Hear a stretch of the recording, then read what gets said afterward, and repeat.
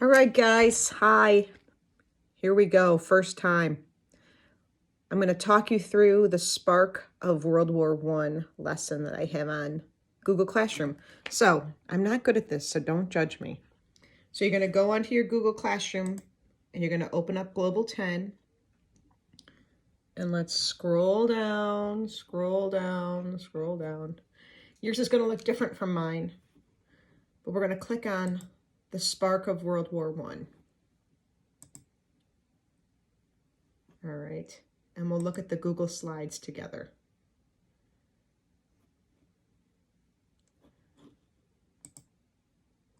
And here we go. All right, now before we actually talk about what's in the slides, let's go over here. And I've covered my living room in papers. I don't know if you can really see that. It might be backwards for you.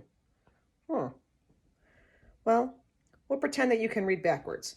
These are our learning targets and our vocabulary and people. I want you to be able to walk away from this Google slide lesson with. The Spark of World War I, the learning targets are, not backwards, but forwards. I can describe the assassination of Archduke Franz Ferdinand and his lovely wife, Sophia. I can identify how the assassination and the alliance system led to World War I. I can identify at least 2 other alliance systems. The vocab and people you need to walk away from this with include the Black Hand, Archduke Franz Ferdinand and Sophia. As you can see, I'm still a little lazy. Gabriel Principe, the Triple Alliance and the Triple Entente, or what an alliance is in general, and ultimatum. So now we're going to walk back to my Chromebook. Here I am, walking. I thought there would be a better way to do this, but I guess not. So let's see here. Hopefully you can see that. The Spark of World War I, the assassination of Archduke Franz Ferdinand and his lovely wife, Sophia. Who was Archduke Franz Ferdinand? Franz Ferdinand was the Crown Prince of Austria-Hungary. His uncle, Franz Joseph, the emperor, was old and on his way out. And by out, I mean he was like basically dead. Austria-Hungary controlled lots of territory where folks and ethnic groups didn't really want them to be. They didn't want Austria and Hungary in charge of the Yugoslavians and the different ethnic groups that lived in Yugoslavia. In Yugoslavia lived Serbs, and there was a nationalist group called the Black Hand who wanted all Serbians and Serbian territory unified under one country called Serbia. There was a country called Serbia, and they wanted to have all the Serbian territory smushed onto them. Franz Joseph, the old fart of an emperor, was not going to let this happen. But Franz Ferdinand, his nephew, was a known reformer and was sent to Sarajevo, a city where lots of Serbians were living, to convince them, hold on, don't worry about it. It's going to be okay. Change is coming. So on June 28th, 1914, the Archduke and his lovely wife, Sophia, were in Sarajevo. He was scheduled to give a speech at City Hall. It was meant to reassure all the ethnic groups living there, don't worry, reforms are coming. Everything's going to be fine. A nationalist group called the Black Hand made a plan to assassinate the Archduke. They were Serbians. Before he arrived in town, for some dumb reason, the local newspaper published the route he would be taking, so the Black Hand was able to station people from the Black Hand all along the route. One of the members of the Black Hand threw a bomb at the car the Archduke was riding in, and the Archduke saw the bomb and pushed it away.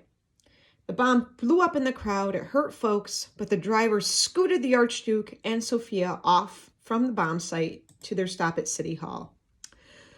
When the Archduke got there, he was pretty freaked out and ended up giving his regular old speech and didn't address what happened earlier. People in the crowd were like, dude, how can you be such a jerk? Really? How about address the fact that people just got blown up with a bomb? After the speech was over, he insisted on going to the hospital to check on the wounded. The driver was not familiar with that part of the city and ended up taking a wrong turn down a one-way, narrow street. On that street was a sandwich shop, a deli, where a member of the Black Hand, a young guy named Gavrilo Principe, was getting a sandwich and, not unlike myself, was eating his feelings. We tried to kill him and we didn't. What am I going to do? He looked up from his sandwich and he saw the Archduke and Sophia in this car.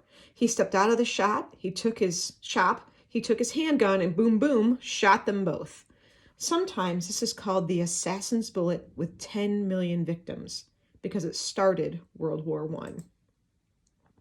So in this part, you guys have all these little videos you have to watch about the assassination of Archduke Franz Ferdinand. You can see they're short and sweet. 1 minute and 42 seconds, 2 minutes and 40 seconds, 2 minutes and 19 seconds.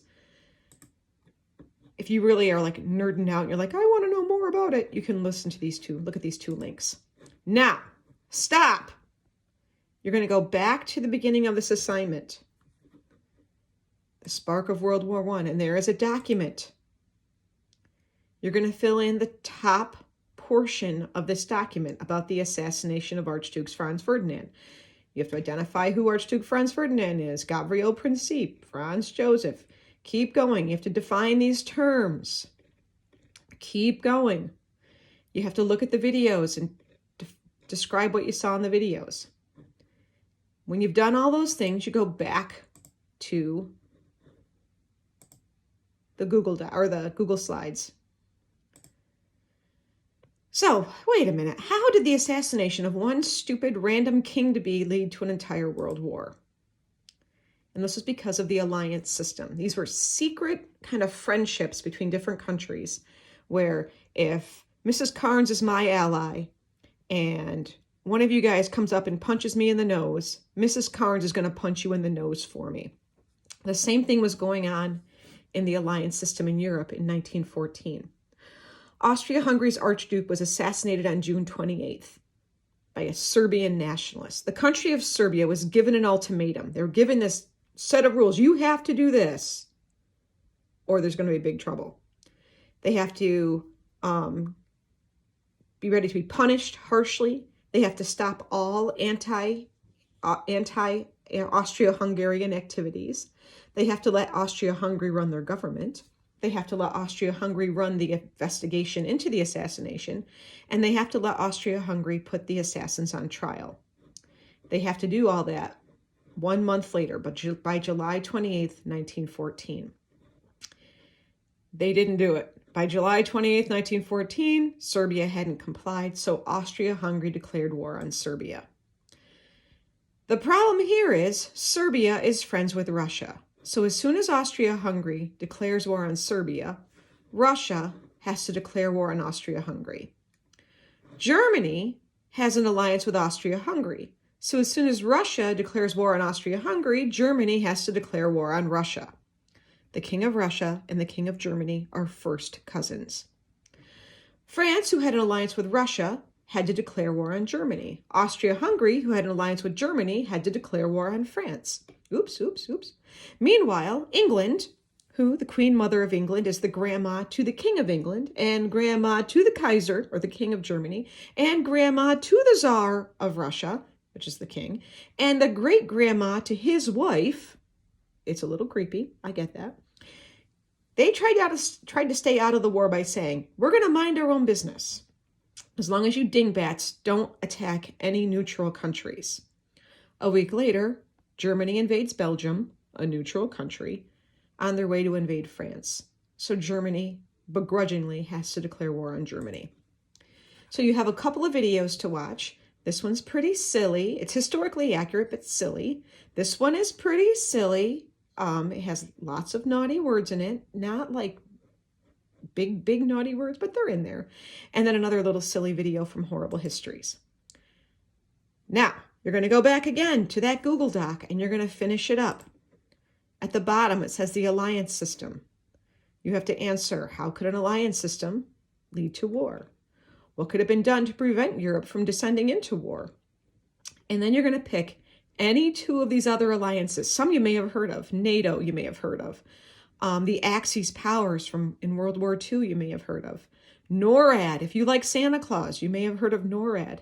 You're going to pick any two of these alliances, and you're going to tell me who's in the alliance and what dates they exist. Some of them, like NATO and CETO and NORAD and OAS, they still exist today.